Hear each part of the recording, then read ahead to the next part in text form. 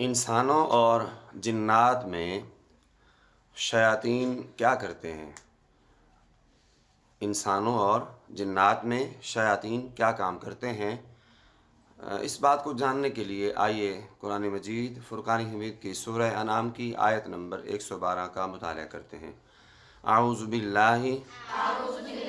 من الشیطان الرجیم بسم اللہ الرحمن الرحیم وَكَذَلِكَ اور اسی طرح جعلنا ہم نے کیا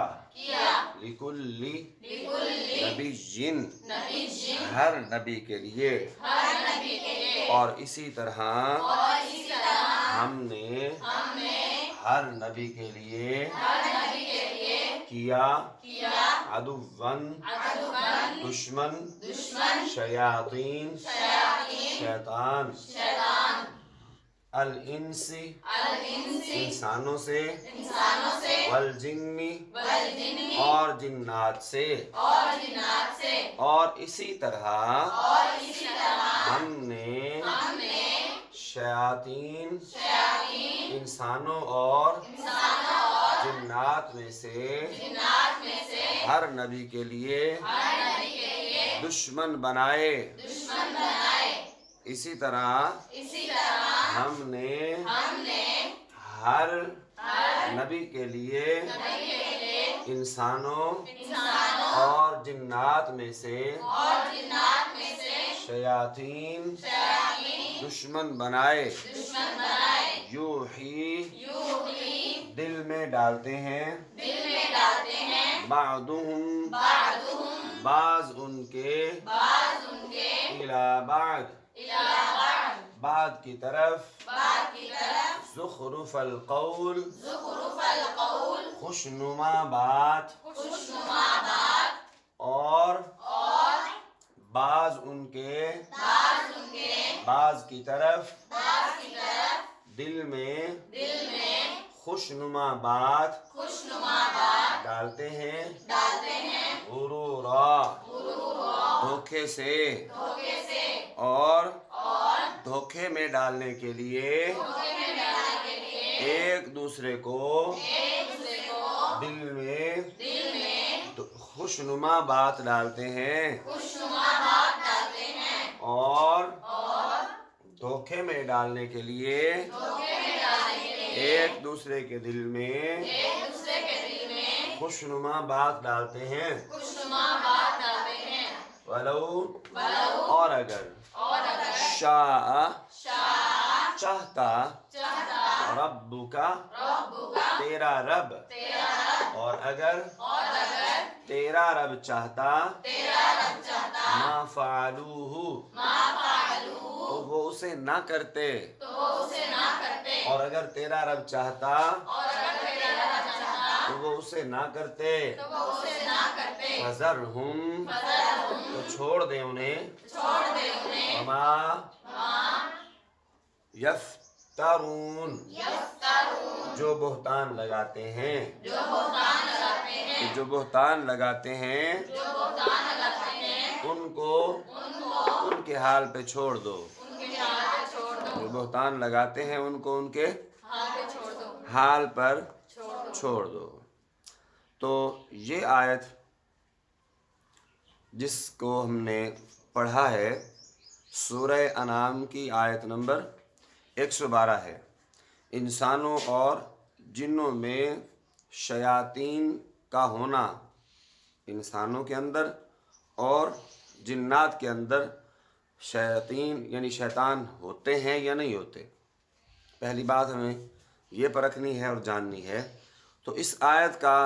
معنی کرتے ہوئے یہ کہتے ہیں کہ جس طرح ہم نے انبیاء سابقین کے لیے سرکش اور شیطان انسانوں اور جنوں کو دشمن بنا دیا تھا، اسی طرح ہم آپ کے لیے بھی سرکش اور شیاطین انسانوں اور جنوں کو آپ کا دشمن بنا دیا ہے۔ پچھلے انبیاء کے انسان بھی دشمن تھے، انسانوں میں سے جنات میں سے شیاطین جو تھے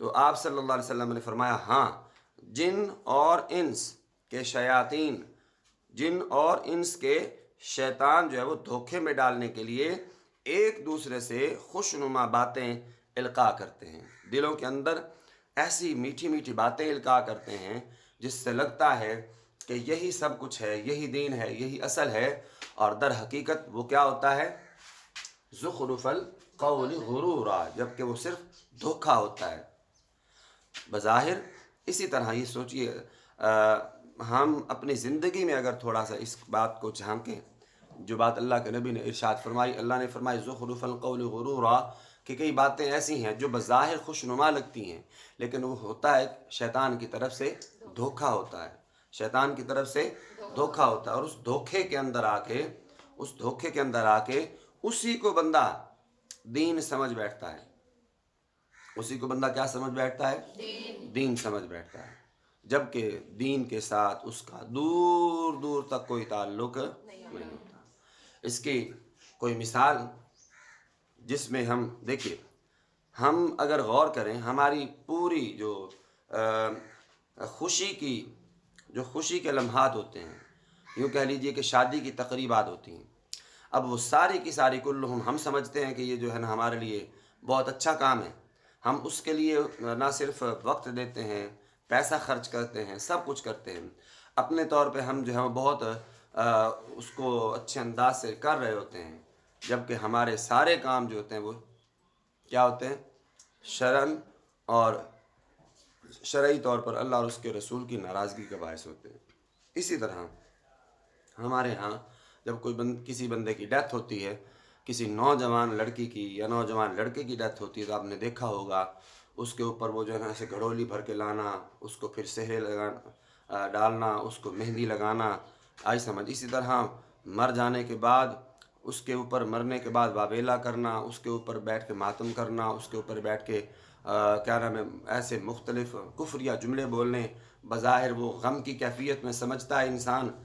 کہ یہ اچھا کام کر رہے ہیں، در حقیقت اس غم کی کیفیت کے اندر بھی شیطان ان کے دلوں میں یہ زخرف القول غرورا، دھوکے کی باتیں ڈال رہا ہوتا ہے، اور اس وقت اگر کوئی روکے بھی صحیح تو وہ ہم رکنے کے تیار نہیں ہوتے، بلکہ اس کو ڈانٹ دیتے ہیں کہ تو کون ہوتا ہے اس طرح کی باتیں کرنے والا۔ تو جانیے اس بات کو، سمجھیے اس بات کو کہ اللہ اور اس کے رسول چاہتے کیا ہیں، حقیقت دین کی کیا ہے، دین کے کام اصل ہیں کیا۔ ہم اس اصل کو چھوڑ کے نقل کے پیچھے چلیں گے، جب نقل کے پیچھے چلیں گے تو ظاہر ہے نقل کے پیچھے چلنے والا کبھی بھی جنت میں نہیں جا سکتا، جبکہ اصل دین کے اوپر چلنے والا بظاہر مشکلات کا شکار تو ہوتا ہے لیکن اصل میں وہی سیدھے راہ پہ چل رہا ہوتا ہے جس کو صراط مستقیم سے تعبیر کیا گیا۔ دعا کریں اللہ رب العالمین سے کہ اللہ تعالی ہمیں زخرف القول سے محفوظ فرمائے، دھوکے والے الفاظ سے محفوظ فرمائے، جملے سے محفوظ فرمائے، اور ہماری زندگی میں ٹوٹل جو شریعت کے احکام ہیں ہمیں اسے عمل میں لانے کی توفیق نصیب فرمائے۔ وآخر دعوانا ان الحمد للہ رب